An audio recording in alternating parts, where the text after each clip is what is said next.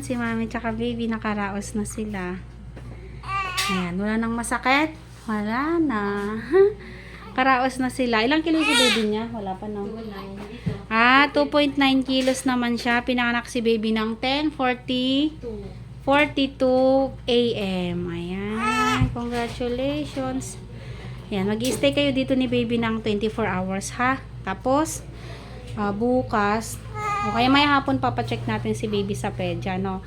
And then, obserbahan mo yung sarili mo, ha? Kung masakit yung puson mo, parang naglilibor, balakang, sikmura, nahihilo, blurred yung ano mo, panlalabo, paningin, batok, ulo, ha? Obserbahan mo lahat yon. Ayan.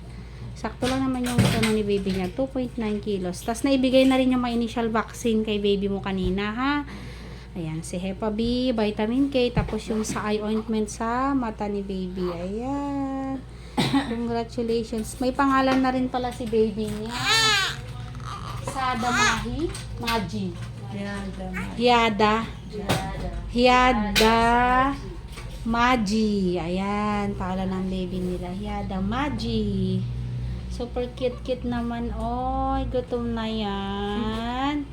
Gutom na daw. Congrats, mommy and baby. Thank you.